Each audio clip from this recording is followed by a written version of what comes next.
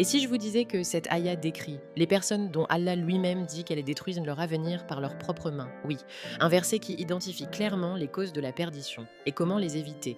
Quel est ce pacte qu'Allah mentionne? Les savants expliquent le pacte de reconnaître Allah comme Seigneur unique, le pacte d'obéir au message envoyé à son prophète, le pacte inscrit dans la fitra, la nature humaine. N'ai-je pas été ton Seigneur? Oui, nous en témoignons. Rompre ce pacte, c'est choisir la désobéissance après avoir connu la vérité. Allah dit ensuite, et qui coupe atteint ce qu'Allah a ordonné d'unir. Cela inclut couper les liens familiaux, briser les relations de miséricorde, refuser la solidarité de la communauté, diviser, créer des conflits, rompre la fraternité. La troisième caractéristique est qui sème la corruption sur terre. La corruption, ce n'est pas seulement le crime ou le chaos. La corruption, c'est aussi propager le mensonge, briser la morale, encourager le péché, détruire la justice, affaiblir les valeurs apportées par Allah. Et Allah conclut, ceux-là sont les perdants. Les perdants, pas financièrement, pas socialement, mais spirituellement. Ils perdent la guidance, la paix intérieure, la bénédiction et, si Allah ne les guide pas, la vie éternelle du paradis.